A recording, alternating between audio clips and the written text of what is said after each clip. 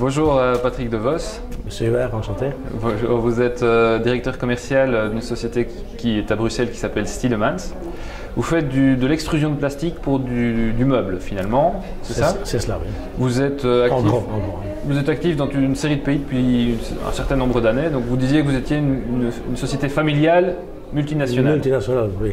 C'est-à-dire que bon, on est quand même resté familial, indépendamment du fait qu'on a évolué donc à travers des investissements dans des sites de production en Chine, en Tchéquie, en Espagne et aussi en Afrique du Sud. Alors Internet est arrivé il y a quelques années maintenant. Qu'est-ce que ça a changé pour vous? Vous avez expliqué tout à l'heure. Est-ce que ça a changé quelque chose de façon fondamentale, stratégique? Oui, tout à fait. En fait, l'Internet nous ouvre en fait la grande porte vers l'économie mondiale. Il y a 7-8 ans, on ne parlait pas d'une crise mondiale, ce qui nécessitait pas non plus alors d'être plutôt bureaucrate et de perdre son temps à surfer sur Internet parce que la clientèle était là. Tandis que maintenant, bon, on essaie d'économiser à tout niveau et je dirais que ce moyen de communication nous ouvre les portes en fait vers le monde entier, mais d'une manière plus économique dans la mesure où on économise, on rentabilise les efforts au départ au lieu de perdre de l'énergie. Et comment vous faites? Qu'est-ce qui a changé récemment, vous diriez, par rapport à cette présence?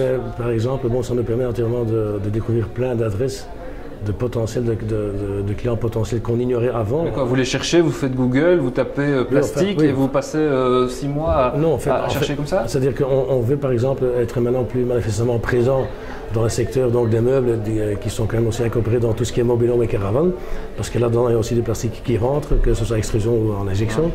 Donc on n'avait pas d'adresse. Donc pour trouver ces adresses-là, soit tu as un budget qui te fait participer à un salon commercial sans avoir un résultat à l'avance, avec des personnes disponibles qui coûtent cher, avec un emplacement d'un stand qu'il faut louer ou le faire soi-même, mais ça coûte cher aussi.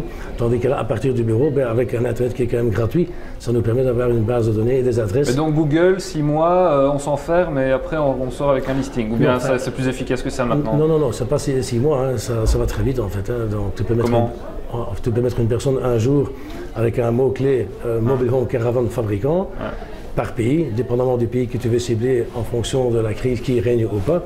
Donc dans notre cas, on savait qu'il y avait un grand marché de mobile home qu'on avait déjà exploité en France par exemple, mais qu'on ignorait au United Kingdom, donc en Angleterre. Donc l'Internet nous a permis d'avoir une base de données, des adresses de fabricants en Angleterre. Et quel a été le résultat déjà de cette expérience? Actuellement, donc, en Angleterre, on a quand même récolté environ 10% de retour. C'est ça. Dont concrètement, je dois dire, donc, 2 contacts qui nous ont permis de créer de nouveaux profilés décoratifs pour l'industrie de caravaning en Angleterre qu'on ignorait. Et donc ça c'est encore au stade prototype actuellement, mais on sait d'office que dans notre secteur, les prototypes, ça amène toujours à des commandes en série ultérieurement. Vous avez une équipe maintenant, depuis combien de temps plus ou moins? Disons que ça a commencé avec les stagiaires qui nous ont en fait aidés d'une manière active. Interface 3, la SBL, Interface 3 en fait, et qui nous ont quand même démontré que c'était en fait une approche assez efficace. C'était il y a combien de temps? Ils ont commencé il y a 6 mois chez nous. C'est ça. Et depuis lors, vous avez mis en place cette équipe qui presque full-time, c'est-à-dire que c'est presque un nouveau département, une nouvelle équipe? Full-time, non, c'est pas encore un nouveau département, mais disons qu'il y a une prise de conscience en fait, et aussi de la part de la direction qui détermine quelle personne, tous les X temps, doit s'occuper donc et chercher des informations sur Internet pour aboutir à une recherche d'adresses sur un nouveau secteur.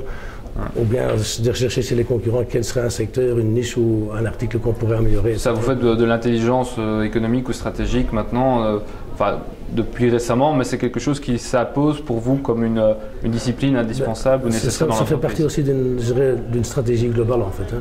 Et bon, actuellement, on est, je répète, actuellement uniquement au stade de prise de conscience en fait. Mais bon, c'est jamais trop tard pour faire du bien.